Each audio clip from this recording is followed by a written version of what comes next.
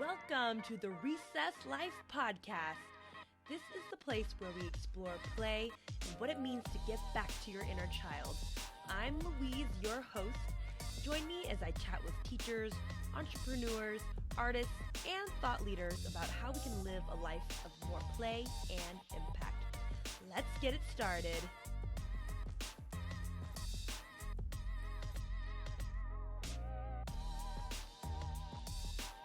Hello, Recess Lifers. Welcome to season 4 of the podcast. Can you believe it's September? We have less than 3 months of 2020. There's a part of me that can't wait to leave this year behind. There's also a big part of me that is hanging on for dear life and wants to hit pause and have time slow down so that I can process everything. It's just a mix of emotions, and I think that's the theme for this year. So I'm sure some of you can relate to those feelings. September has typically been for me a month that feels ripe with possibilities. The summer has ended and we've come off of a few months of go activity with socializing, vacations, and travel. My birthday is at the end of August, so it's always felt like a nice way to wrap up the summer with a nice little bow and go into September where I can slow down and ease into the rest of the year. But that has not been the case for 2020. I had accepted the fact that my summer wasn't going to be the same, but I had all these plans, particularly for August. These plans included launching the new season of the podcast. I was starting a new coaching training with a bunch of play colleagues, and I had a bunch of things on my list I wanted to get done for my business. My business is in event production, and I've had to pivot a lot of things, as I'm sure a lot of people have had to do with work. I was really ready for August to be super productive. I said to myself, if I wasn't going to have the typical fun summer I usually have planned, I might as well get all these things done on my list and feel very accomplished. But as luck will have it, at the beginning of August, my laptop broke for about 2 weeks. The whole screen portion of my laptop broke in a freak accident. And then there were a bunch of mishaps during the repairs that pretty much left me without a laptop for those 2 weeks. And I didn't realize how attached I was to my laptop because it's what I use to get a lot of work done. It's what I use to get podcast editing done, content creation, research. All the things I was supposed to do with my business were supposed to be on the laptop, and none of that got done. And not being able to get anything done put me in such a slump. I honestly didn't know what to do with myself. I couldn't get anything done, and I felt pretty useless. On top of that, my parents sold our childhood home in Colorado, and my sister and I had to fly back to Colorado towards the end of the month to help them move to California.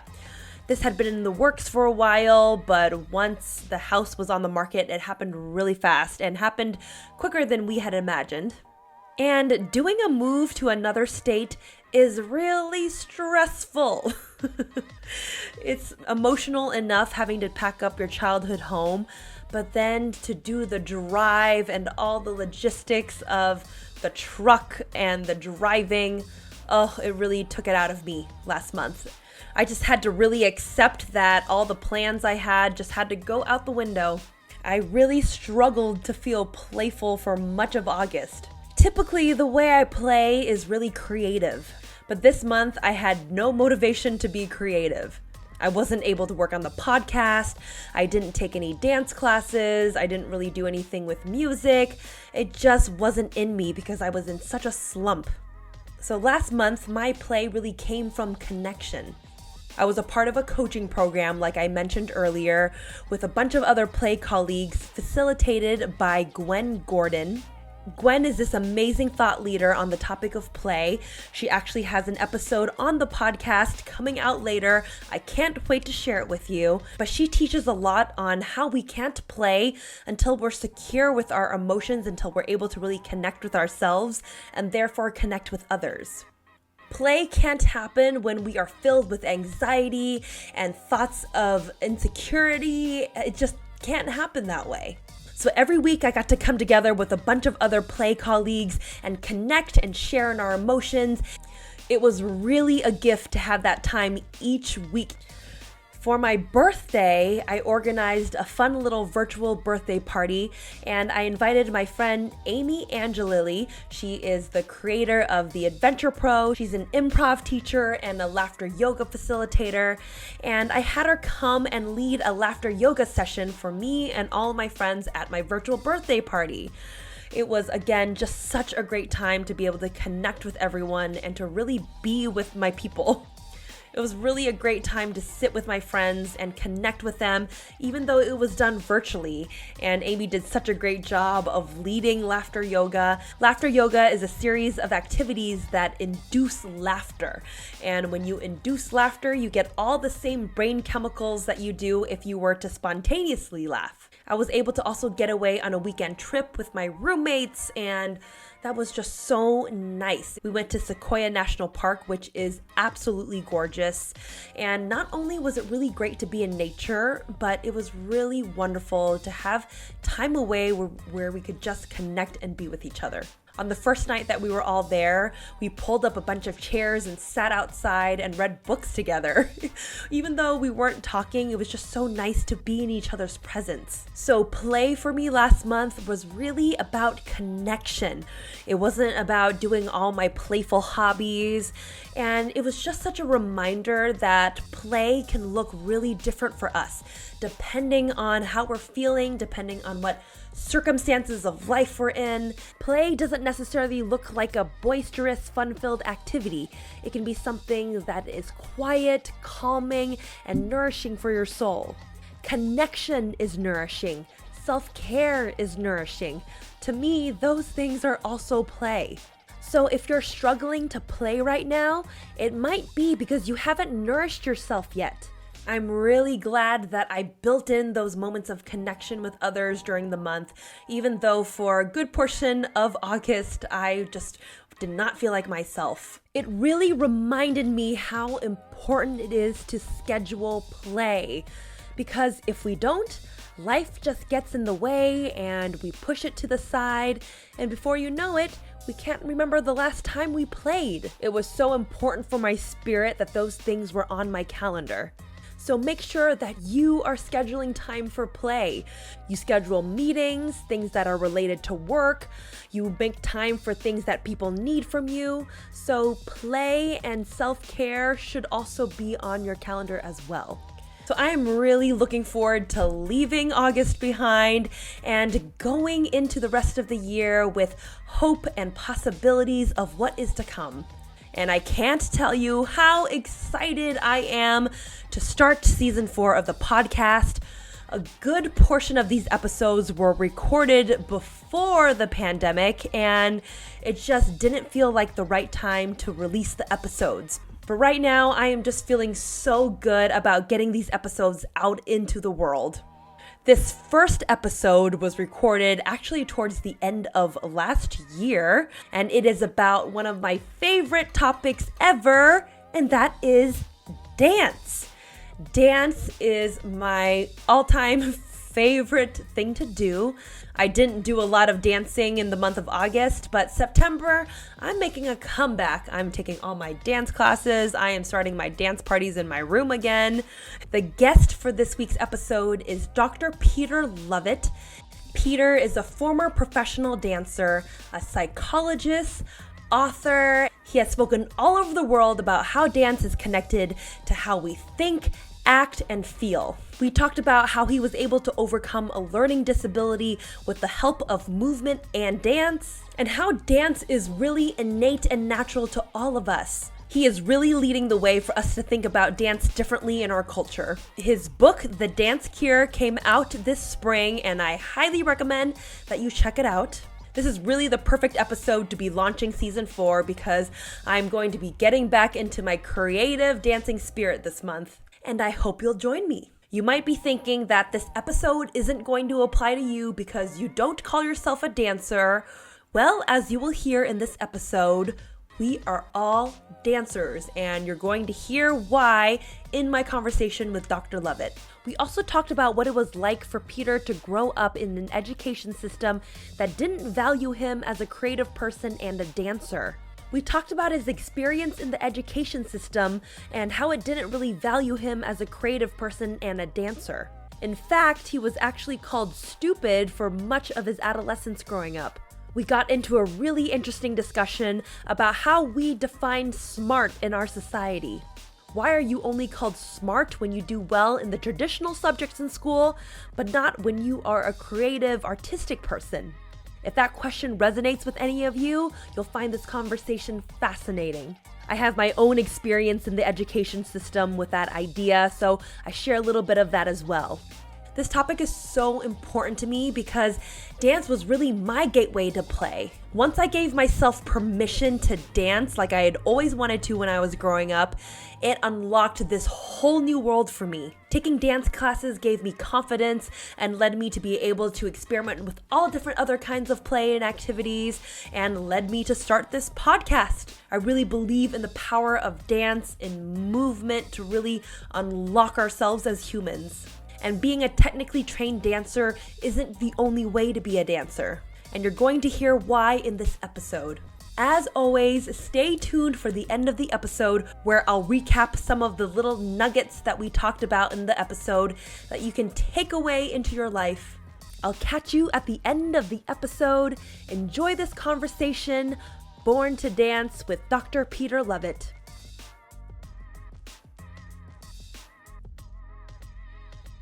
Dr. Peter Lovatt, so excited to have you on the Recess Life podcast. You go also by Dr. Dance, which is probably the most fun kind of doctor ever. Tell us why you call yourself Dr. Dance. Well, I didn't call myself Dr. Dance. I was called it by other people, and it kind of stuck. And so I'm a psychologist, and so I worked in a university research lab carrying out research into the psychology of dance. And then when I first did something on TV, then I was on a show called The Graham Norton Show. And then around that time, people in the media then started referring to me as Dr. Dance. And it stuck. That was it. Ooh, I love Graham Norton. I will have to look for that clip. So you have quite the backstory for how you became Dr. Dance. Let's go back into your backstory a little bit, growing up as a child and how you came to know dance and what your experience with that was like. Well, as a child, dance just seemed to be the most natural thing in the world for me to do. I loved to dance. And I'd be in my bedroom and I'd just groove away in my bedroom. And that sense of grooving and that feeling the music and having an urge to move to that music felt entirely natural. Who was your inspiration? Did you have someone that you looked up to in dance? Of course, it was the 1970s. It was John Travolta. Of course, it was John Travolta. And he did a whole range of films. Of course, he did Saturday Night Fever, but I think he did some other films as well, one called The Boy in the Plastic Bubble. And this was a boy who had some allergies, so he had to live inside this plastic bubble. But what he did in there all day was just dance and groove.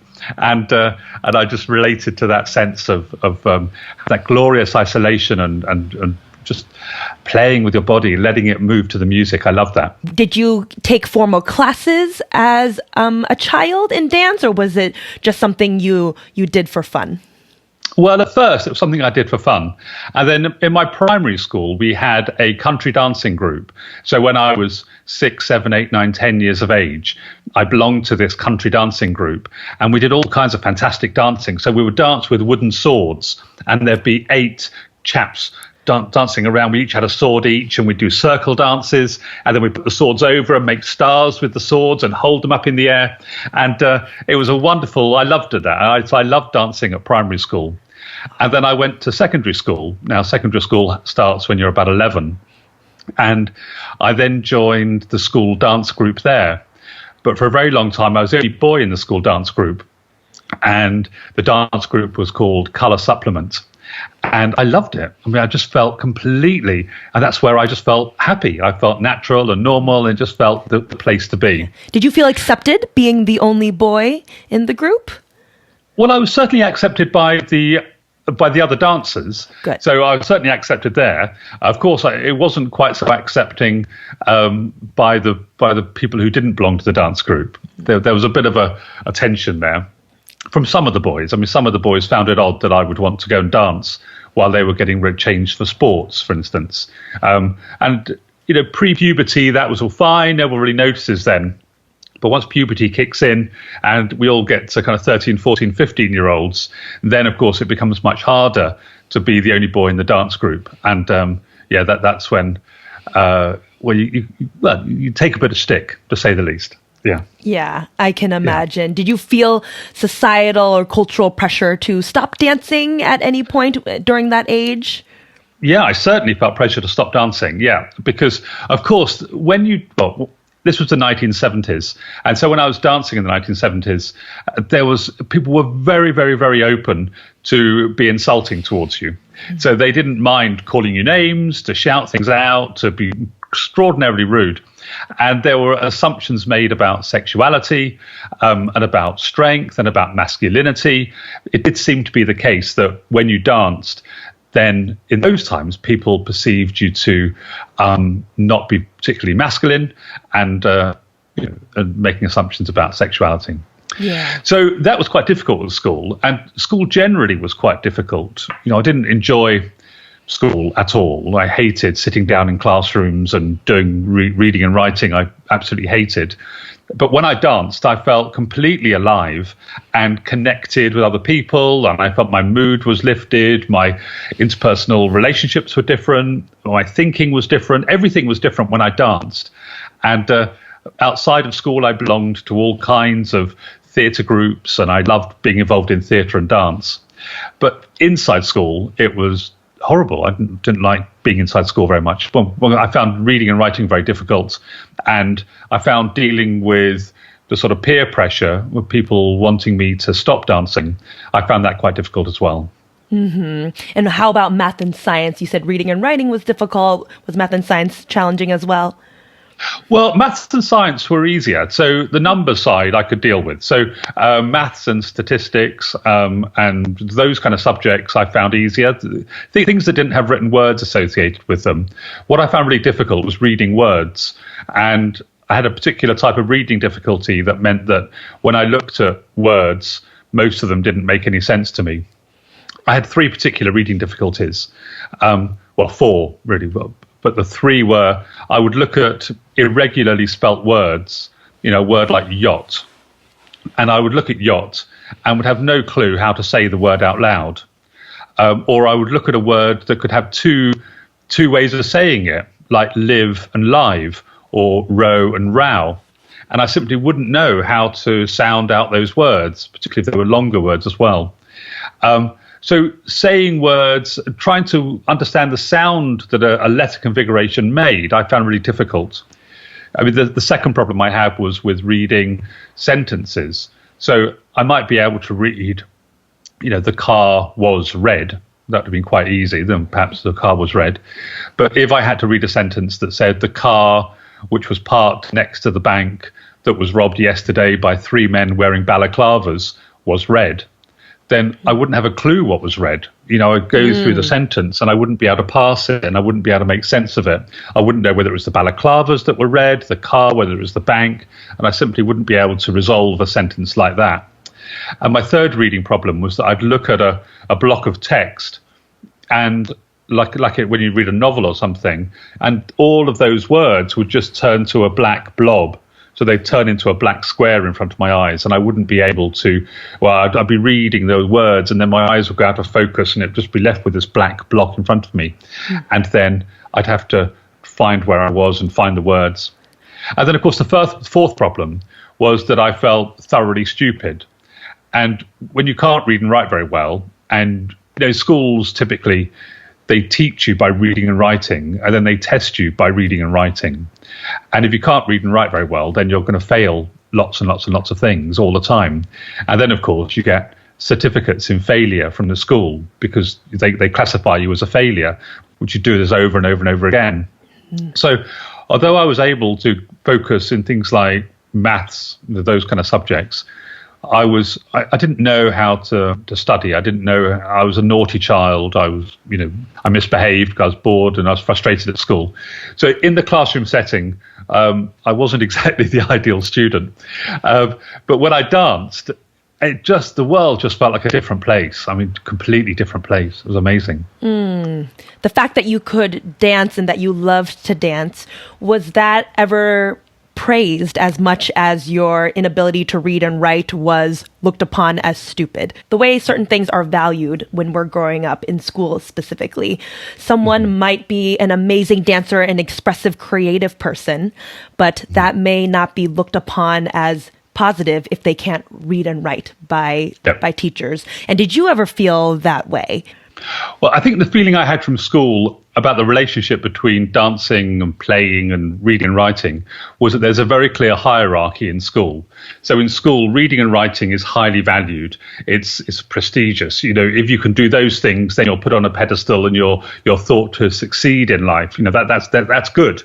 Yeah. If you're not very good at that, but you're very good at singing, dancing, acting, playing, improvising, thinking, being imaginative, creating stuff, then certainly when I was at school, those things were not seen as important as the academic side of things.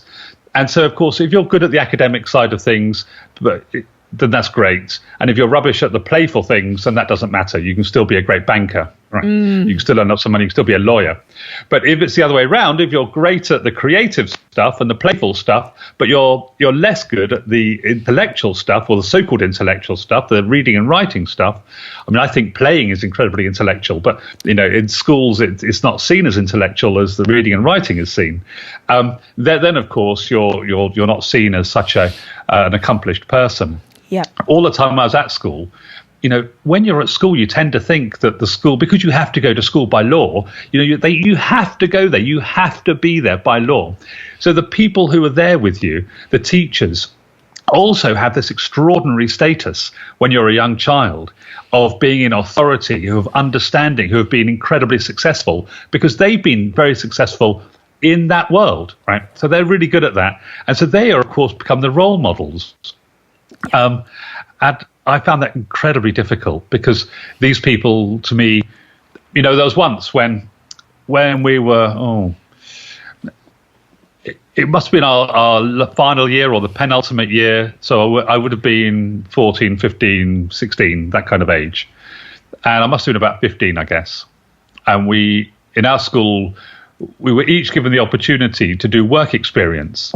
And so what we had to do was find somewhere where we could go for a week. And it's like having a mini internship. You go somewhere for a week and you engage in that process. Now, as a child, I'd been on TV a few times and I'd been on stage all the time. And so I was, that was my world, right? Theatre was my world and dance was my world. And so for my work experience, I managed to get myself a week at the local theatre, working a little bit backstage, seeing how the box office works, just being in a theatre. So the careers mistress called me in and she said, okay, your work experience. And I said, oh, yeah, it's great. I've got this opportunity to go to a theatre, the local theatre, and I can go to this thing for a week and be there. It'd be very exciting. And she said, oh, no. We can't possibly let you do that. What we've arranged for you is, because you're not very good at reading and writing, is a week's panel beating at Nelson Engineering, this local engineering firm where you just have to hit pieces of metal with a hammer. Oh. And it was seen that because, I couldn't read and write, then something manual would have to be the way, something a physical manual job would be. That's where my life would go. And I was very rude to her, which I shouldn't have been, of course, but I was a hot-headed teenager. And I was rude to her and left the room. And then my dad was phoned and he came into the school and, they said, well, that Peter's been very naughty. He's been rude to the teacher. But I think this teacher had no understanding just no understanding about the creative arts and about how people can make a career from the creative arts and how that is a valuable way to go forward. And it isn't just a division that if you're bright, then you do advanced qualifications and you go to university, and if you're not bright, then you do manual laboring work, and that's and that defines who you are.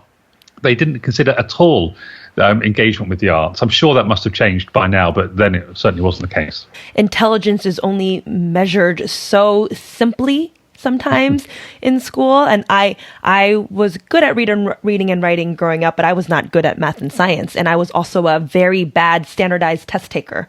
And those standardized tests that you have to take to submit your score to college applications, I always did very terribly on them because I'm just not naturally a good test taker. So I thought for the longest time that I was just not intelligent, because if I am not measuring in the way I'm supposed to be measured, then something, I just must not be intelligent. And you're not taught that to value other kinds of intelligence when we're going to school. And so it can be very hard to break out of that. You internalize that, especially if you're a child. Yeah, it is. Yeah. It is, absolutely. And that internalization of it was a big part of my experience, because I left school as a certified failure, and that carried with me all the way through, and shaking that off is extraordinarily hard, because you think everybody else knows that you're a failure and everybody else knows that you can't succeed at anything. And so therefore it becomes a self-fulfilling prophecy that when you think of yourself in those terms, you don't try. You don't try to be resilient, to overcome the normal processes of struggling and failing, because everyone fails. We fail all the time. To succeed, we have to fail multiple times.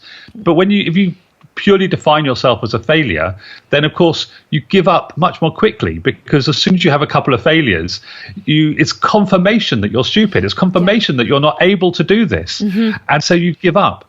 Whereas when you change that mindset and you can say, well, actually, I'm not a failure. I might have failed in the past, but that doesn't tell everyone exactly who I am. Then it means you can give yourself permission to fail, and you can have an expectation that one day you might succeed. That's not taught in schools either. No. After you left school as a failure, quote unquote, what did you do with your time, and did dance stay with you, and how did it stay with you? I was very lucky. So I left school at 16 and I got a place at drama college, and I studied theatre and creative arts. I was very lucky because the college I went to, you were meant to have a certain number of qualifications, and they gave people an audition. If you didn't have those qualifications, if you could go in and dance and sing and act, then they gave you a place on the basis of your abilities in those areas, and they didn't worry about the written qualifications. Now, so I went to and studied theatre and creative arts. But for those first 2 years, I still had to keep taking exams in English because I hadn't passed any English exams. And then throughout those 2 years, I kept failing English over and over and over again because I couldn't do it. But they allowed me to carry on. And then I won a place at a drama school called the Guildford School of Acting. And I went there to study dance and then musical theatre. And so I had 3 years of training there. And I had a fantastic time training as a dancer. Again, I didn't have any written qualifications, but the school auditioned me, and on the basis of dancing, gave me a place, which was fantastic. So then I trained as a dancer, and then I left drama school and then went to work in professional theatre. And I had a fantastic time working as a dancer and traveling around, doing lots of different shows, and I had a marvelous time. And then one day, everything changed, and dancing was the only thing in my life that I was any good at and that I could do, and I could earn my living as a dancer. But I always had this kind of question mark about other things, whether I could do other things. And I was doing a show in London, and during this show in London, I decided during the show that I was rehearsing something. I was rehearsing some choreography. And we had to learn 2 hours worth of choreography for this show. And it occurred to me that I couldn't be stupid. I thought, if we're capable of learning this amount of content, then I couldn't be stupid. I must be able to learn. I thought, well, if I'm capable of learning this amount of information, surely I must be able to learn to read and write. So you were still carrying the story that you were stupid, even though you had been working as a dancer successfully and performing on stages all over the world. You still carried that story that you were stupid. Absolutely. Absolutely. Because there also the other thing, which is awful, is that dance has in the past been seen as the lowest member of the arts hierarchy. I mean, the sciences come top, don't they? So the sciences are highly valued, humanities next, and then the arts are next. And then even amongst the arts, I think it's terrible, but dance isn't the highest status of the arts even. Yeah. And so you could be a fantastic dancer. You could be, you're an amazing dancer, but still have the sense that it's not as high status as even some other disciplines within the arts. I mean, for instance, at school, I've got two children. My wife and I've got two sons, and both of our sons went to different schools. And both schools, and just normal schools, had a music department, but neither had a dance department. And so people in schools are investing in seeing the value of providing a music-based education for children, but they don't see to make the same investment to provide a dance-based education for children. And there's all that stuff about where dance sits in that hierarchy, and I'm very keen on thinking that dance should be much higher up in the hierarchy. Absolutely. But what it did for me, I was doing this show, and there were musicians in the show and there were actors in the show. And of course, the musicians who thought were very clever, they arrived on day one and they were given their musical score, and they worked with the musical director and they learnt their musical score. They played it and played it and played it. And then they'd be in the orchestra pit on the opening night with their music in front of them, and they could play that. That'd be great. And they had a conductor keeping them in time. And then the actors did something a bit harder. They had their script, and they would read their script. And after the first week, they'd come off the book and they'd memorize the script, and they'd look at it when they forgot it and look at it and look at it. And then on the opening night, they wouldn't have a book, but there'd be somebody in prompt corner calling out the lines if they forgot them, right? So prompting them for that. Whereas dancers don't have any of that. Dancers have to do it all in their head. They don't write anything down. They come in, and a musical choreographer will say, right, well, one of these, and bump, bump, bump. And they choreograph, 2 hours worth of movement, big movements, little movements, all kinds of movements, lifts to music in silence, on your own, with other people, all kinds of stuff. We never write a single word down of what's going on. You just remember it. Yeah. And then on the opening night, there's no conductor keeping you in time. And there's nobody in prompt corner shouting out, it's a grapevine, do a grapevine. There's none of that. You just have to remember it. Yep. And I thought, gosh, if I'm capable of learning that amount of content, which is a massive cognitive skill, I mean, to be able to do that is just immense to be able to do that. If I'm capable of doing that, I must be able and capable of learning how to read and write. So I set about in my early 20s to learn to read and write. And then I did that. I worked out what my reading difficulties were, and because I didn't know until then, I just thought I was stupid and couldn't read. And then slowly started that process of trying to understand patterns and symbols, and understanding what it all meant, well, what the words meant, and then what the sentences meant, and then what the paragraphs meant. And so I really had to go back to basics to learn that.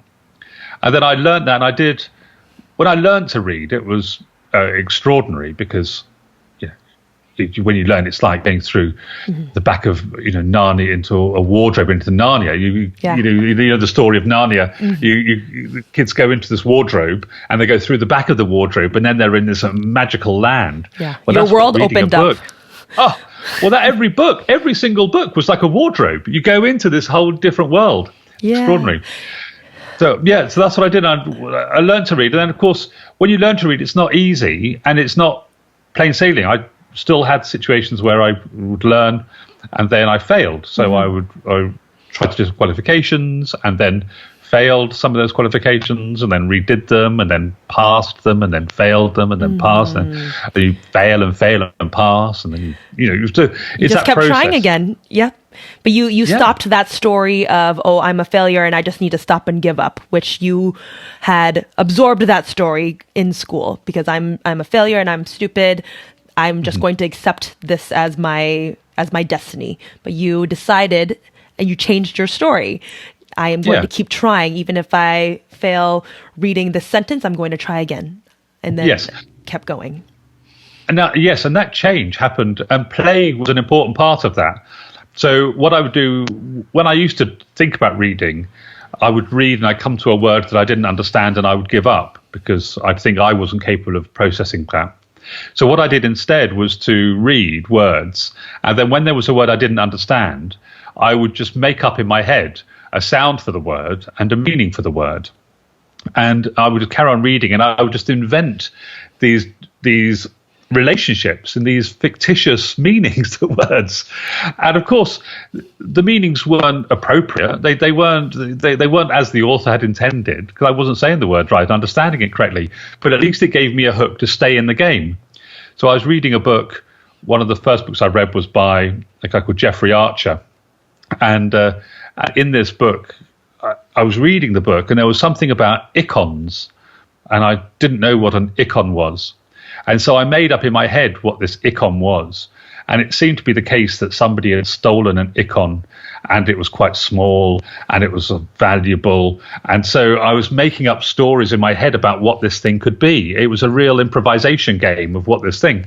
And whenever there was some evidence which knocked out my hypothesis of what the icon was, I had to change what the icon was. It had to morph into something else as more evidence came in. And so I played with it. And then, of course, years later, I discovered that it wasn't an icon, it was an icon. And it was a religious icon.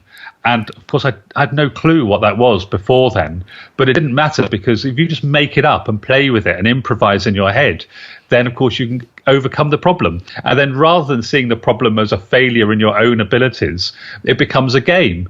And then the whole reading process becomes a playful activity that's quite enjoyable.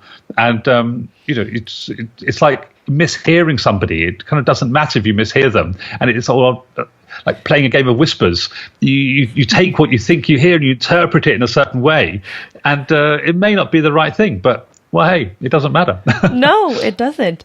I love that story. And yeah, if you can connect the dots, the more data and the more information you take in. And so that's what you would do. As you would read the book, oh, okay, I'm gathering more information about what this icon might be. And then eventually you were able to determine what it actually was. But you couldn't have known that unless you would have kept absorbing that information more and more. Exactly. Yeah. Do you know that game you play where somebody writes a word and they stick it on your forehead, and you have to ask them questions about what this word is on your forehead? Mm-hmm. And it's like a bit like that. You work out whether it's living or dead or not breathing, or is it or is it big? Is it small? Has it got legs? Does it have this? Does it have what is it? So that's what it's like, and that then makes reading much more explorative, engaging and exploring, which was wonderful. Mm-hmm. But that whole thing, to give myself permission to do that, you have to give yourself permission to do that and to say it doesn't matter if it goes wrong. No one knows. Who knows? Who knows what's happening inside my head when I'm reading? Nobody knows. So therefore, it's great. You say, okay, I'll do that. It doesn't matter how much I failed in the past. But when you tell people you're trying this, then they do tend to say, well, you're not going to be able to learn to read, are you? That's a bit silly because you're not able to. Anyway, so I eventually did some qualifications, and I did some A-levels, which are the exams that people normally take between the ages of 16 and 18 in the UK. So I took some of those. I passed the first one, scraped a pass. I got a grade D, which is the lowest level pass you can get in psychology.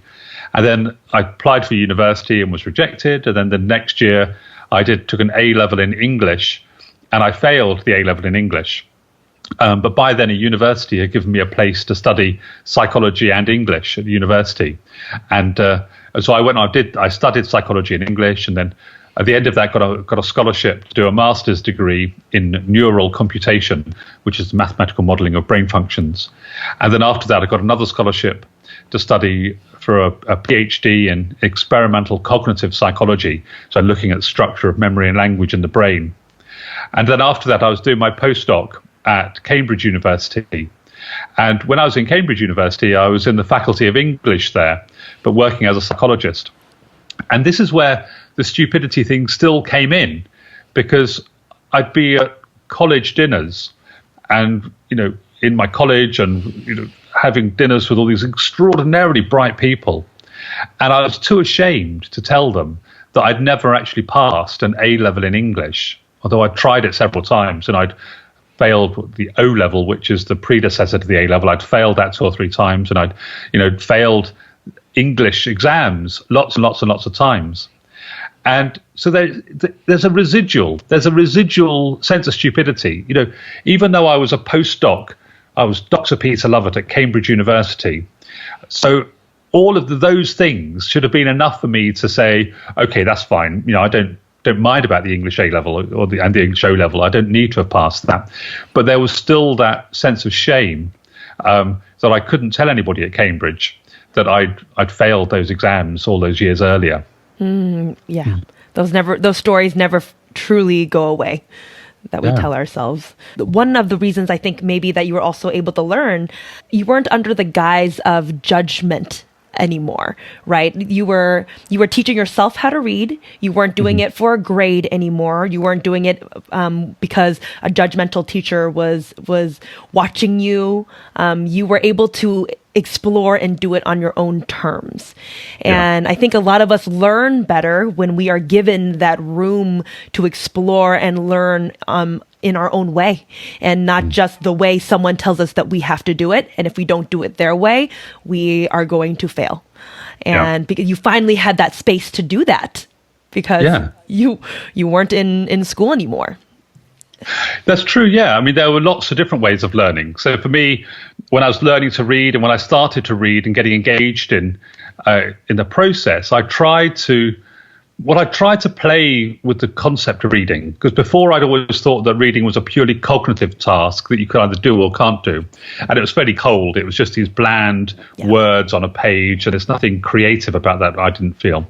So I made it a very creative task. So when I was reading about Freud, then I went to the Freud Museum in London, and I kind of, tried to have a relationship somehow with Freud. I wanted to understand more about the person who'd written these words. I wanted to find out something about him and his life. So to get an extra dimension into that. And one of the first emotional responses I had for reading was when I first fell in love with a character in a book. And I was reading Anna Karenina, and I fell in love with a character called Kitty. And I was completely in love with Kitty, and to the extent that I would be reading this book, and I'd want to see her. I'd want to see her on the next page. It would be like, oh, and my heart would skip. And then I was brokenhearted, of course, because she didn't love me. She ignored me. She knew nothing about me at all. Unrequited love. Absolutely, but having that first experience of falling in love with a character within a book changed the whole dimension of reading, and it became a very different process to having an emotional response to it. And then the third thing I was doing was trying to be physical with the book, trying to be physical with the rhythm and the timing. So if I was reading poetry, then there'd be a kind of, even reading Shakespeare, and you get this iambic pentameter, da-dun, da-dun, da-dun, da-dun, da-dun. And you can embody that rhythm. There's lots of poetry where there's a wonderful meter, and you can feel the rhythm of the words as they get going through. And, I love that. I love that, reading when people write in their own dialect. And so, for instance, people writing with an Irish dialect, and then suddenly you've got this rhythm of that language as well, which is so rich. So having that kind of physical element of the book, and then the emotional element, and then that social element of engaging with the people who wrote it or understanding stuff. So when I realized that reading and writing wasn't just about boring words and the spelling of yacht, because frankly, it doesn't matter how you spell yacht. I mean, it's a stupid word to be spelt like that, and it doesn't need to be that complicated. And I don't write in a very neat way, and I don't read in a very neat way. And luckily, I didn't have a teacher saying to me, "Oh, that pronunciation is wrong. Oh, you've written that wrong." And I thought, so that released me from that kind of punishment. Exactly. You were free.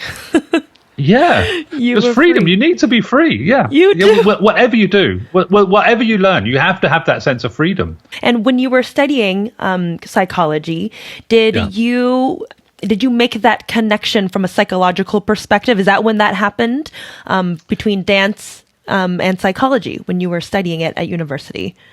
Yeah, well, I studied purely psychology. And then when I was at Cambridge, we were looking at language learning, and some of the stuff I was doing was looking at how we learn languages.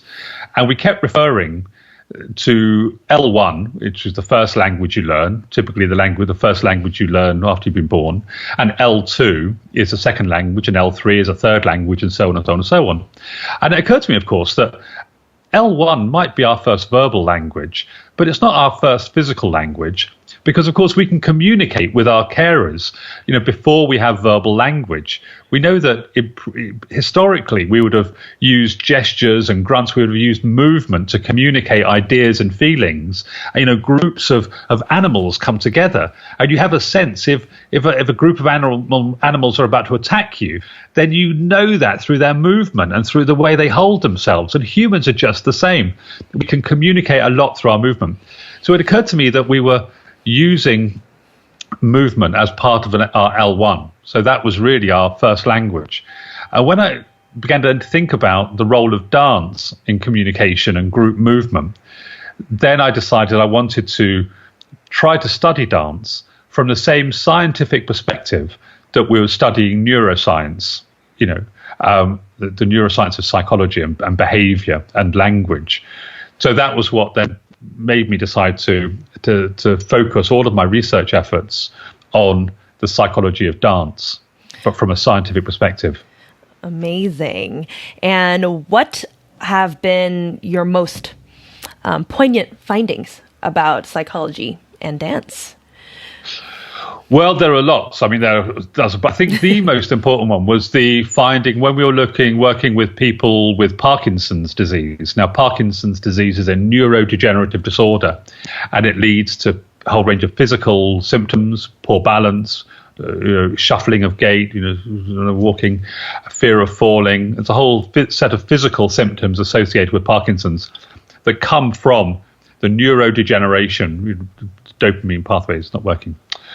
And when people with Parkinson's engage in dance, then some of their symptoms become significantly improved. And when we saw this, we thought, well, that's extraordinary. I mean, how could it be the case that dancing and moving would change the symptoms of a neurodegenerative disorder, not just in a kind of hopeful way or a playful way, but in a scientific way? How is that happening? And then we saw with people with Parkinson's, it wasn't just their physical symptoms. They also have mood-related problems, so they have higher levels of depression. And they also have problem-solving difficulties, so difficulty solving problems, cognitive problems. And what we found when we set up a laboratory to start looking at people with Parkinson's disease in a wide range of areas, we found that in addition to the physical symptom improvements, we also see positive changes in people's mood, such that their positive mood levels go up and their negative mood levels go down. So things like their anger, their frustration, those are negative moods. So you get reduction in those things. And in positive moods, you get an improvement in positive moods. And also we found that there were improvements in people's ability to think and solve problems.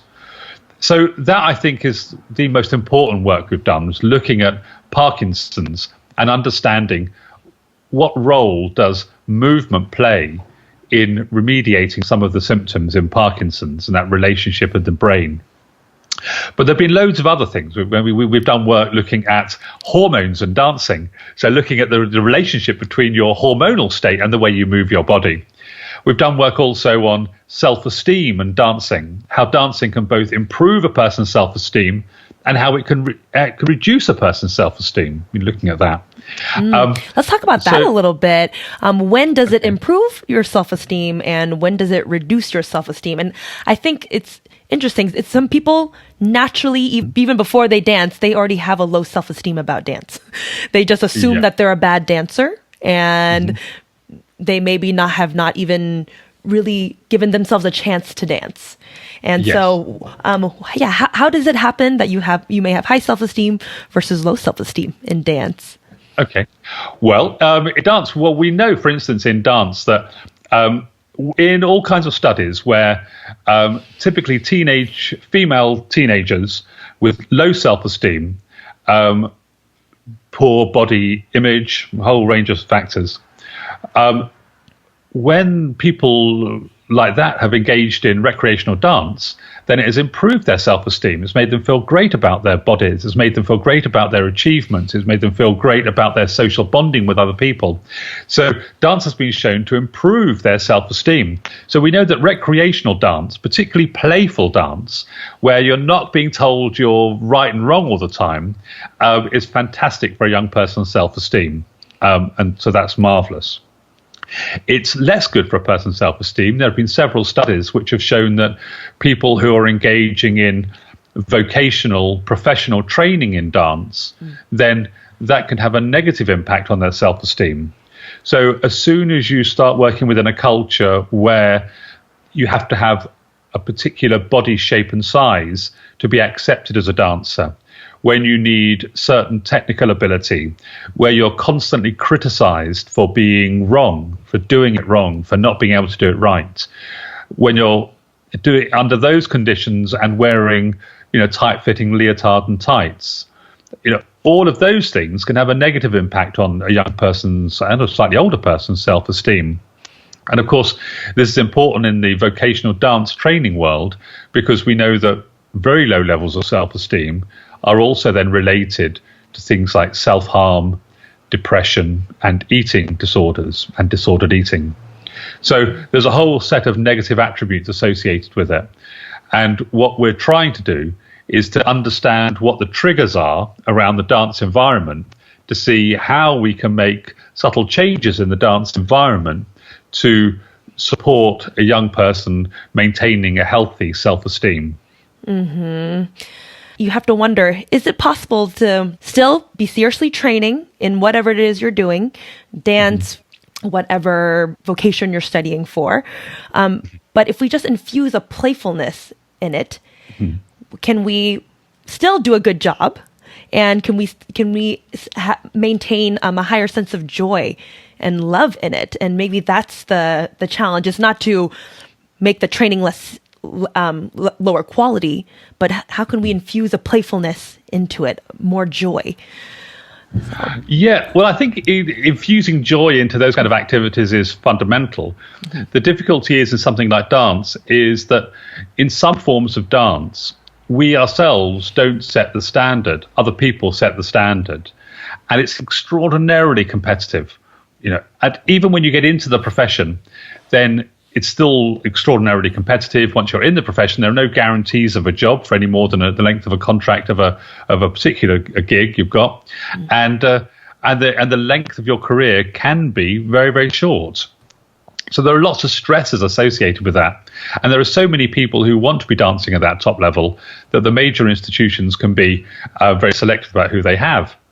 But of course, if we redefine the process, it's all about how we define ourselves, isn't it? It's about how we define what the purpose of our training is. And that kind of goes in some ways to our motivation and our goals. So if we're motivated extrinsically, if somebody else is imposing a motivation on us, then of course it's very easy for us to judge ourselves very negatively. And it's very hard for us to put that playful element in. But of course, if we were to do the opposite and to have an intrinsic motivation style, something about us, we want to do it, and there is a playful element associated with it, then I think that increased joy would be very helpful.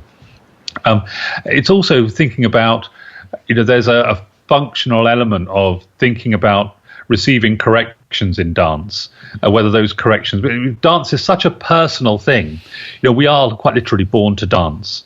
It's not like riding a bike or becoming an accountant. We're not born to be an accountant. We're not born to ride a bike, but we are born to dance. We are. That's one of the things that we've been doing for millennia. And so when somebody criticizes your dancing, it can be taken at a very personal level. It's such a personal activity that is a fundamental of who we are. And what we have to do in the dance training is to separate ourselves from that deeply personal aspect of dance and view it at some level a little bit more mechanistically, so that when people are critical of us, we don't take it as a personal criticism. We take their comments and their feedback as something that can make us a better dancer, a more playful dancer, a more engaged, natural dancer. Yes. I try to tell everyone that we're all dancers, and Yeah. people will still say, no, but I'm not. You're only saying that. And I think the challenge and the danger is in thinking that dance has to look a certain way, and that there's a good dancer and a bad dancer. And yes, there is that standard in the professional world as a dancer, of course, but dance is so, like you said, just fundamental to who we are. We move before we can talk. Babies hear music and they want to move and wiggle about. And exactly. Well, now that's the natural dancing. When the little babies are doing that and you play music and they wiggle, that's when we see the real natural urge to move, right? We have this sensory motor coupling. We have an urge to move on when we hear certain rhythmic stimuli. Fantastic. Now, of course, we're born to do that. So we're born to dance. We're not necessarily born to do coupe, chassé, pas de bourrée, a combination of ballet steps. I mean, we're not born to do that. And so when people think, oh, I'm not a good enough dancer, I'm not very good at dancing, what they mean is they're not very good at doing the coupe, chassé, pas de bourrée. But what we want to get to them is that that's not the natural dancing. The natural dancing is what babies are doing, and what 4-year-olds are doing or what 6-year-olds are doing. And if we can keep that element coming all the way through. And the work I do with people when I'm trying to help them overcome some of their inhibitions about dancing is to get them back to that sense of playfulness with their bodies and doing something with their bodies, relaxing their bodies, allowing them to move naturally. And then once we get them to move naturally, then we can start layering on top of that bits and pieces that they might want to learn, if they want to learn a certain style of dance or if they want to learn some sequences of movement. But it's impossible to do it if they're just literally a tube of anxiety and physically tight muscles. Then it's really hard. If they're disconnected from their body and they feel foreign in their body. Are there any specific instances that you've heard from people of why they've become disconnected from their bodies or why they become that tube of anxiety? How do they go from that wiggly baby that listened to music and just moved naturally to becoming this tube of anxiety? What are some of the common stories you've heard? I've done several surveys asking people why they do and don't dance and trying to understand from people's reasons. And over 1,000 people have told me why they do or don't dance. And for the reasons people give me for not dancing, there's a set of common reasons. They say things like they feel uncoordinated, or they feel they haven't got a high enough level of competence, or they feel that other people might be laughing at them. There was one chap who said to me that he used to love dancing. He loved dancing. It was great. And then I think he said he was about 11 years of age, and he was at school, and they were in the school gym, and they were dancing to some Michael Jackson. It was all great. And then the teacher said to them, right, come across the room, each of you, do your dance, coming across the room by yourself. And everyone was doing that. And then he was coming across the room doing his dancing, which he loved. And he heard everyone laughing, but he didn't know what they were laughing at. He couldn't work out, thought of something odd must be happening outside, or a child must have fallen over or something. And then he got most of the way across the room and then realized they were laughing at him. And he said it was just devastating. And he said it was devastating because he, in his body, as he was coming across the floor, just felt completely at home doing what he was doing. And then to hear the class laughing at him, he couldn't reconcile that with what he was doing because he didn't feel like he was doing anything stupid. And then he hasn't danced since. He said he just felt too ashamed to dance. He wouldn't engage in dancing anymore because people would laugh at him. And so that sense of being laughed at. Some women have said to me that they used to go to ballet class, and then their ballet teacher told them that they were too fat to dance. And ballet teachers would say, well, you're too fat to dance. You'll never be a professional dancer. Look at the size of you. And they stopped dancing from that day onwards and never danced since. And these, I think, are hideous. I think they're hideous. For people to stop dancing for those reasons, it's other people have taken away something fundamental from them. They've taken away that fundamental source of joy that is such a natural activity. And then, of course, it becomes very deep-rooted, it becomes deep-rooted in psychology. And because, for the very reason that dance is a fundamental part of who we are, when we laugh at somebody or we ridicule somebody or we say they're not right, let's imagine we're saying to somebody that they haven't got the right face. Yeah. Most people say your face is wrong. Your face shouldn't be appearing anywhere because your face isn't right for this world. Yeah. This kind of, it's hideous. Yeah. Hideous. Yeah, I'm getting emotional just you talking about these stories because Yeah, if movement and dance is fundamental to being human, and you're saying you're doing it wrong, that is one of the most cruel things you can say to a human. So that I feel so passionately about that. And I think we can get around that. We can dance more. We can show that dance is for everyone. It's not the case that you have to be a certain race, a certain color, a certain gender, a certain sexuality. Dance isn't for any one of those groups. It's not for any particular end of any of those dimensions. It's for everyone. I mean, everyone. Everyone. Yeah. If you have a body, you can dance. Do you have any pieces of advice you would share to anyone that is telling themselves these stories, like that chap you were just mentioning, or someone that has internalized a story that they are not a dancer because they're uncoordinated, they're not competent? What would you tell them, or how would one take a step outside of that story? I think I would get them to read a book called Giraffes Can't Dance. So, Giraffes Can't Dance. It's a kid's story, and it's very very typical story of a giraffe who goes to the jungle dance, and he's uncoordinated. He falls over. Everyone laughs at him. He's rubbish. All the other animals can dance, but he can't. So he's sent off. Now he goes away, and he eventually then finds a rhythm in the moon, in the leaves, and he finds his own rhythm. And once he captures his own rhythm and finds that, then of course he can go back to the jungle again. And he's an amazing dancer because he's not trying to do what other people are doing. He's found his own rhythm entirely. So for all those people who have difficulty with dancing, I would say what they need to be doing is finding their own rhythm.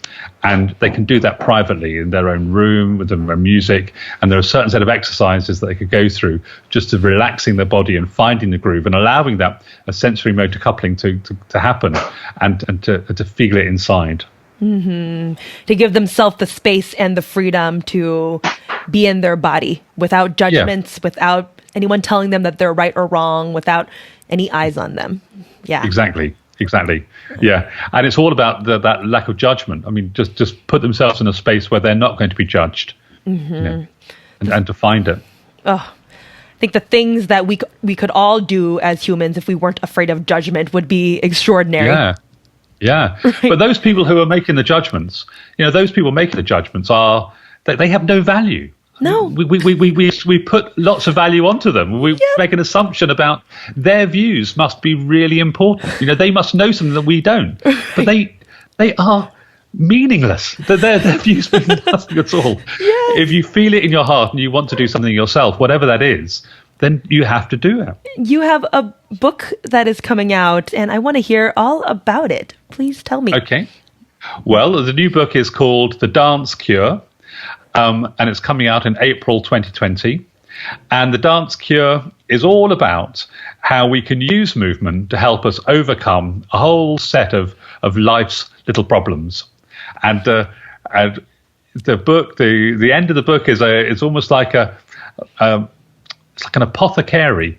It's got a whole set of different dances. And so let's imagine you're an anxious person who takes life too seriously and you want to be less anxious and you want to take life less seriously. Then there's some dances we can prescribe to help you meet that goal. If you want to be more social, let's imagine you're an introvert, but you want to be more social, then there are dances for that. So basically what we look at is people's social, their cognitive, their emotional and their physical elements of life. And we put together a package of movement for people to help them overcome and to shine. But the first half of the book is all about, so there's the science behind this. So I talk about the science of the social and the cognitive and the emotional aspects of dancing. So it's an interesting read. And then towards the end of the book, we have this set of prescriptions that people can delve into. Oh my goodness, I love that. I am picturing the need for an in-person dance apothecary now. One where someone walks in and says, I've been having anxiety at work. Can you prescribe me something? And it's an open space. And they would use your book. Someone would use your book to prescribe movements to them in person. Exactly. Oh my goodness. Yeah. Can you open this Dr. Lovatt. We will. In April, it'll be formally. What we're doing now, we're currently going through the process of putting together a whole set of movement videos so that people will be able to see the movements, and so they'll be able to copy along if they want to with some of the movements. Oh, amazing. Yeah. Where will they be able to access those videos? And I imagine your book will be available to order as well when it's out. Yep. The book will be available from all major booksellers. And if they can have a look on my website, which is peterlovatt.com. Great. I will definitely be linking your website as well as your book to the show notes for the podcast. So fantastic. I'm so excited. Now, and if anyone's interested in more of the science side of things, then I had a book that came out last year in 2018 called Dance Psychology, The Science of Dance and Dancers. And it's like a light academic textbook, but it's full of evidence, and it's a discussion of all of the kind of key papers in this area, based on all the key questions in dance psychology. Wow. And so people can have a look at that too. You just had a book come out last year and you have one coming out again. You're on a roll. I'm on a roll, absolutely. Yeah. That's so exciting. And is there anything else with the Dance Psychology Lab that you're working on, or any specific studies that you're doing right now that are interesting that you want to share? Well, we've just finished a study looking at rhythm and timing in people with Parkinson's, and we've been looking at how a groovy beat can help people to stay in time, and using our whole body can help us understand our timing. We're looking at timing mechanisms in the brain and how the brain does timing. So we had a paper that came out a few weeks ago, and there's another paper coming out in January on that topic too. So that's a bit nerdy. It's all nerdy. Oh, but, I love it. My kind of nerdery. I want to come visit this lab. Oh, I love it. I do. You're welcome anytime. Let's finish off with some fun rapid fire questions. Okay. And we'll call it a day. What did you want to be when you were growing up, Peter? Well, it's always been a dancer. But before that, when I was really small, it was a carpenter. I thought maybe a carpenter, but then dance was, as soon as I could wiggle properly, dancing was the thing. Yeah, and you achieved it. I did. If you could have any superpower in the world, what would it be? Oh, eternal youth. What age would you be frozen at? 23. Okay, but not cognitively, but just in your body? Just in my body, yeah. My body could do things at 23 that it can't do now. Yeah. And so it would seem like a superpower to be able to do those things again. I like that. I always say I would not go back to my 20s, but physically, maybe yes. But mentally, emotionally, I'm very happy to be where I'm at now. Oh, yeah, likewise, yeah. For sure. Do you have any play idols? So people that you look up to in the way they play or move through this world creatively? Anyone you look up to? Michael Rosen, I think. Okay. Yeah. So I like people who play with words, who play with their bodies, who play with things, play with life, people who don't take life too seriously. And they're my idols. Great. I don't know Michael's work very well, so I'll have to look him up. Yeah. And if you could say anything to your 10-year-old self, what would it be? Don't worry. Ignore everyone. Yes. Ignore the naysayers. Do your own thing. You're going to be fine. Yes. It's going to be fine. Plug your ears. Yeah. And you'll be okay. Yeah, don't take other people too seriously. Well, what do they know? Exactly. Oh, I love it. Oh, Peter, well, thank you so much for sharing your insights and your wisdom and your inspiration with me and with my listeners. I'm so excited about the work that you're doing, and I really hope we'll be able to cross paths and dance together in person someday. Well, I hope so too. Well, thank you very much as well. It's been a lovely time. Thanks for tuning into that conversation with Dr. Peter Lovatt. I loved that conversation, and it just reminded me so much about why play and dance are so interconnected and how dance really is for everyone. Here are my little nuggets of wisdom that I pulled from the conversation that I hope you will find interesting as well. It struck me how much Peter thought for the longest time that he was stupid. Even though he was a super accomplished dancer, he hadn't learned to read in his traditional school setting. And because of that, he thought that he was stupid, and he was told that as well. When in reality, he wasn't given the freedom to learn the way he does best. He was able to teach himself how to read in his own creative way. For some of us, the really structured environments that we are provided to learn don't always work for us. I very much relate to that because I never thrived in a traditional school setting. When I'm given the freedom to explore and learn for myself, that's when I really learn best. Peter learned to read when he was able to do it in his own creative, playful way, and not the way his teachers had taught him. Since he wasn't learning in a traditional school setting anymore, he didn't have that fear of failure looming over him. And eventually, he was able to go on and get a PhD and be the successful person he is today. Not so stupid after all, right? Our conversation really showed me that when we don't have the fear of failure on our side or the judgment of others, we're able to accomplish so much more than we think. When we're not afraid to look stupid, we're able to be so much more authentic. How many things do we stop ourselves from doing because we're afraid of looking stupid? Like that story that Peter shared about the guy that stopped dancing when he was laughed at by his peers in school. That breaks my heart, and it makes me think about the stories that all of us have that are similar to that. How many more things would we be capable of if we weren't afraid of looking stupid? Well, for one, there would be a whole lot more people dancing. We are literally born to dance. I can guarantee you that when you were a baby, up until the time that you were a small child, you danced when music came on. You would maybe shake your head from side to side and wiggle your little bottom around. Dance is so natural to who we are. But somewhere along the way, we get told that dance has to look a certain way and that it's silly to dance.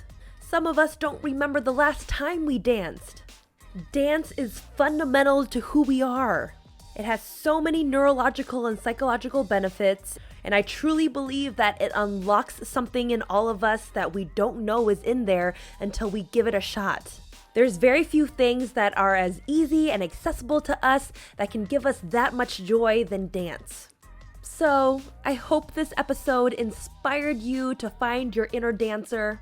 I hope it helps you to value the way that you learn, and I hope it helps you to be a little less afraid of looking stupid. Thanks for joining me, and I'll see you next week on a new episode of The Recess Life. Are you looking for more play in your life? Make sure you're subscribed to the Recess Life podcast on iTunes, Spotify, or any of the podcast platforms. You can also find the video interviews on YouTube.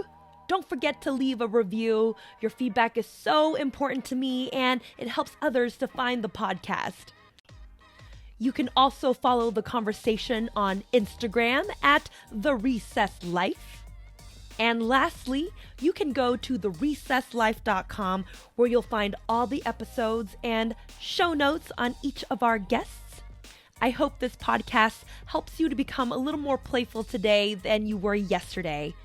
Until next time, don't forget to get out and play today.